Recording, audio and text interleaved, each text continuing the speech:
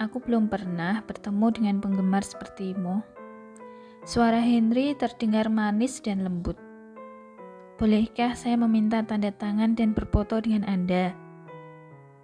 Hanya itu. Iya, Tuan.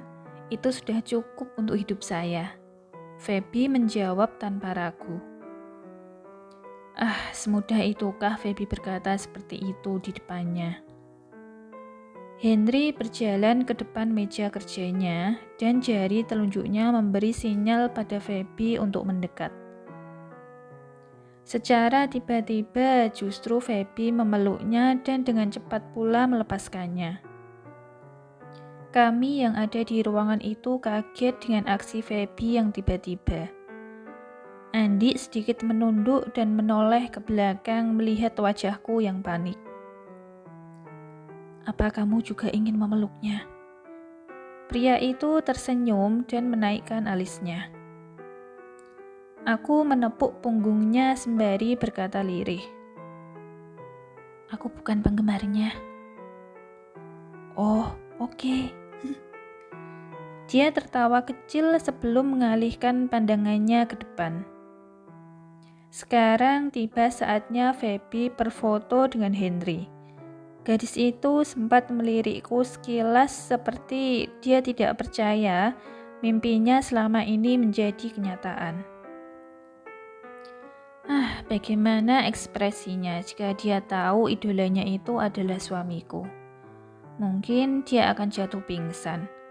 Aku menertawakannya di dalam hati. Dia mengambil 2 kali foto selfie dengannya. Yang pertama adalah ketika Henry sedang memberikan tanda tangannya di selembar kertas di atas meja, Feby mengambil foto selfie-nya dari belakang.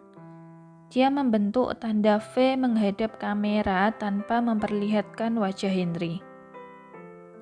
Nah, di foto yang kedua inilah keberadaanku terekspos. Feby meminta tolong pada Andi untuk mengambil foto mereka berdua. Tepat saat Andi melangkahkan kakinya untuk meraih handphone Feby, di saat itulah Henry melihat diriku. Tampaknya dia shock karena tidak menyangka aku bersembunyi di belakang tubuh Andi. Pandangan Henry seketika tertuju padaku dan saat itu, dengan acuhnya aku membuang mukaku ke arah yang lain. OMG, aku tidak bisa memandangnya tepat di matanya. Feby berdiri di samping Henry dan berfoto dengan formal. Yap, akhirnya foto session mereka sudah selesai. Aku lega. Saya sangat senang, Tuan, Anda bersedia meluangkan waktu untuk saya. Ini benar-benar seperti bulan dan bintang untuk saya. Feby berkata ngawur lagi kali ini. Matanya bersinar-sinar saking bahagianya. Iya, sama-sama. Aku juga senang bertemu denganmu. Henry tersenyum padanya. Gadis itu menjadi salah tingkah sendiri. Dia mengepalkan tangannya menepuk-nepuk lengan Andi dengan lembut. Andi terlihat mematung. Gadis ini malu-maluin saja, batin Andi. Maaf ya Tuan, Feby ini kadang memang begini. Henry juga kaget melihat apa yang terjadi di depannya tersebut. Aku mendengarnya berdehem membuat couple baru itu bergegas keluar dari ruangannya. Feby keluar dengan wajahnya yang merah merona. Apa dia malu? Aku tidak pernah melihat dia seperti ini sebelumnya. Tapi baguslah, sekarang aku bisa menggodanya. Aku tersenyum jahat padanya.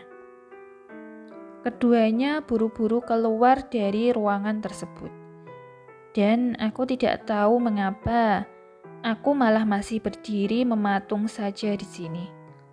Aku merasa tubuhku semakin panas dan pipiku mulai hangat. Aku juga harus pergi sekarang. Dengan cepat, aku ingin segera membalikkan badanku.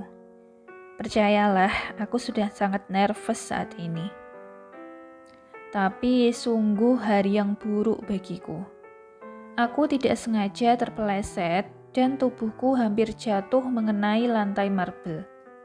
Mungkin karena saking licinnya lantai itu, dan juga aku mengenakan heel yang memang lumayan tinggi hari ini. Tapi untunglah itu tidak terjadi. Lengan yang panjang dan kuat melingkar di pinggangku, menahanku supaya aku tidak jatuh.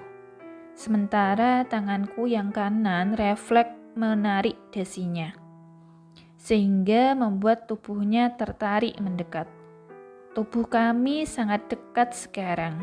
Tidak ada jarak 1 inci pun di antara kami. Mata kami berdua bertemu.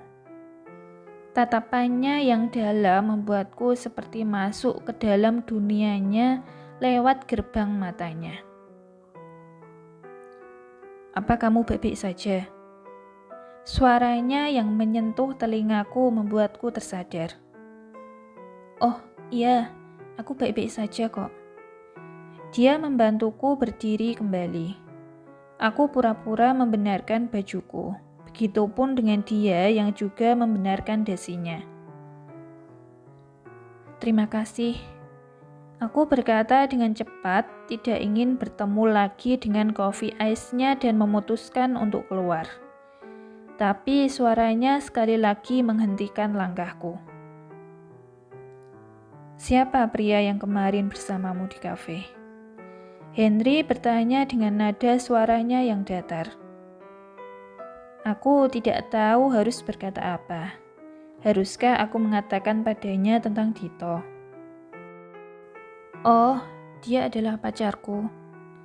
Aku merasa gugup sekali. Aku tidak tahu mengapa. "Oh, aku ikut senang." Suara Henry seperti kecewa kali ini. "Untuk apa?" "Pacarku." "Ya, kamu kelihatan bahagia dengannya. Aku bisa melihat dia sangat posesif denganmu." Dia berkata kembali tanpa ekspresi di wajahnya. "Ya, dia tidak seperti orang lain yang hanya hidup dengan dunianya sendiri." Aku rasa aku sudah melakukan kesalahan yang sangat besar dengan berkata demikian. Karena yang selanjutnya terjadi adalah sesuatu yang tidak pernah kuduga.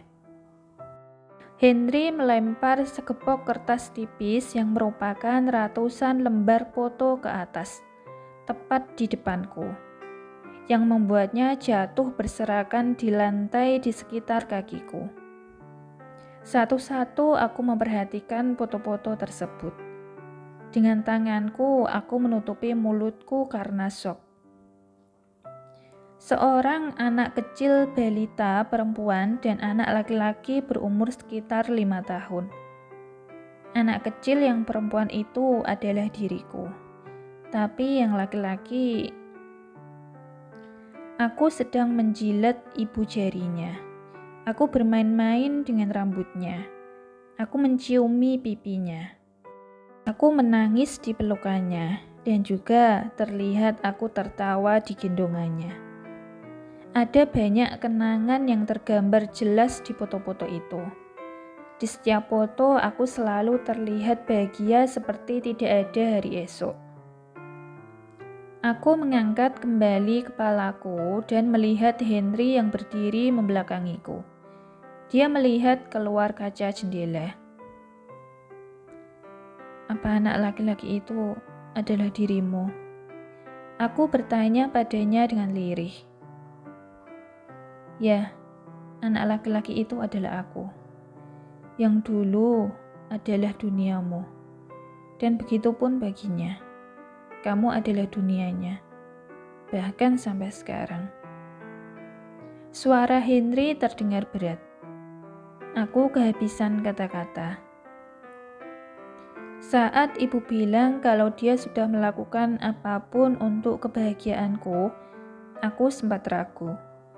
Banyak orang seiring berjalannya waktu akan berubah, tapi Henry tidak. Setelah melihat semua foto kenangan itu, aku sadar Dia selalu mengingat setiap momen bersamaku di dalam hatinya selama ini.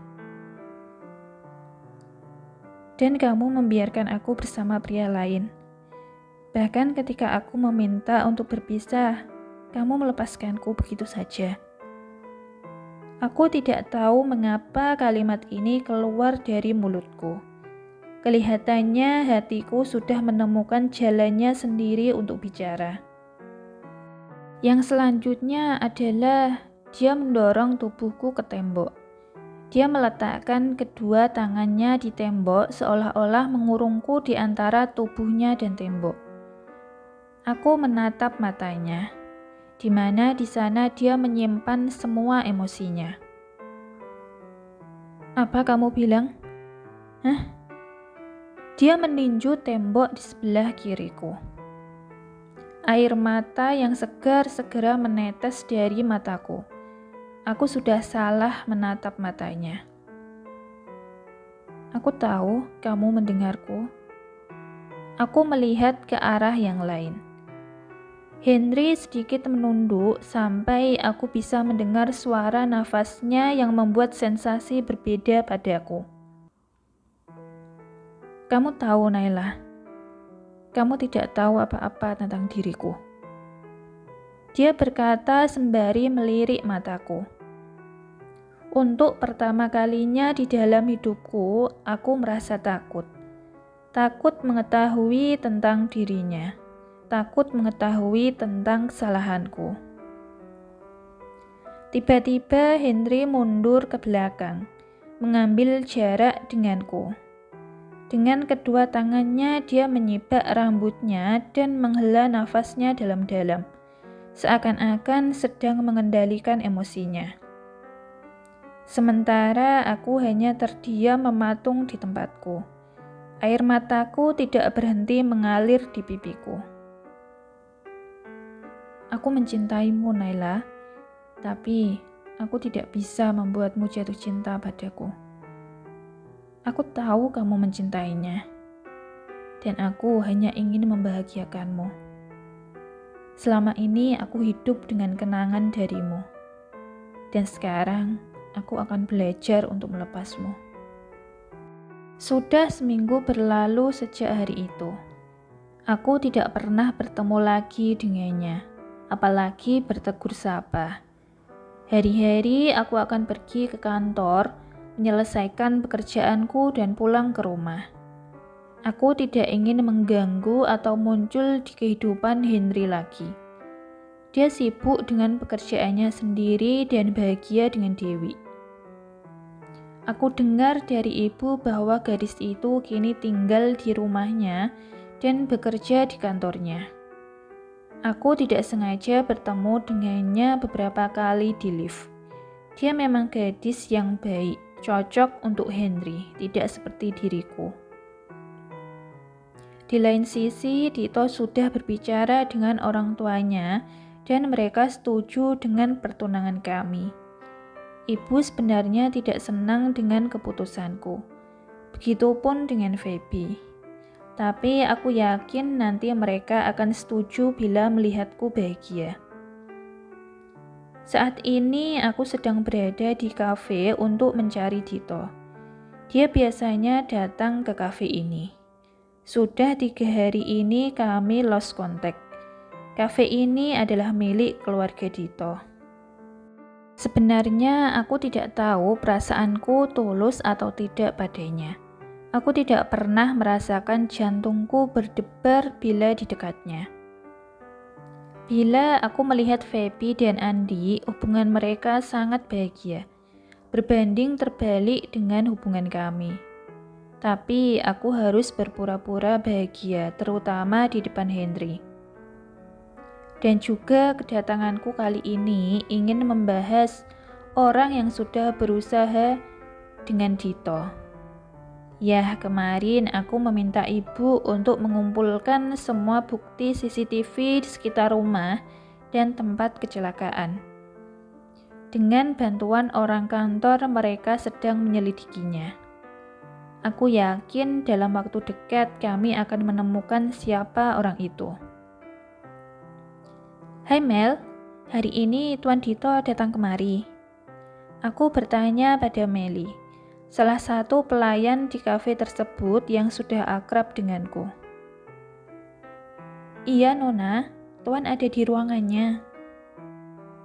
Oke, makasih ya, Mel. Karena tidak dikunci, hari itu diam-diam aku langsung masuk saja tanpa mengetuk pintu. OMG, apa yang kulihat ini kenyataan, bukan mimpi. Inginku memberi surprise padanya karena sudah 3 hari ini kami sama-sama sibuk. Tapi dari celah-celah pintu aku melihat dia tengah bermesraan dengan gadis seumuranku di sofa. Refleks aku menutup mulutku karena shock. Aku segera berlari keluar dari kafe tersebut. Bahkan ketika Meli memanggilku, aku tidak mempedulikannya. Di bawah guyuran air hujan, aku terus berjalan. Aku tidak tahu akan kemana langkah kakiku ini akan membawaku. Hatiku teramat sakit. Aku tidak mendengarkan ucapan ibuku dan Feby. Aku juga sudah menyakiti hati Henry. Dan sekarang dengan mataku sendiri aku melihat Dito berselingkuh di belakangku. Air mataku terus mengalir bersamaan dengan air hujan yang terus jatuh. Aku berjongkok. Selain hatiku yang lelah, kakiku ini juga sudah mulai lelah berjalan. Saat semua orang sibuk dengan dunianya, aku diam sendiri berjongkok di sana. Ternyata kebiasaanmu dari kecil tidak berubah ya. Suara seseorang mengagetkanku. Aku mengangkat kepalaku ke atas. Henry berdiri di sampingku sembari memegang payung untuk memayungiku.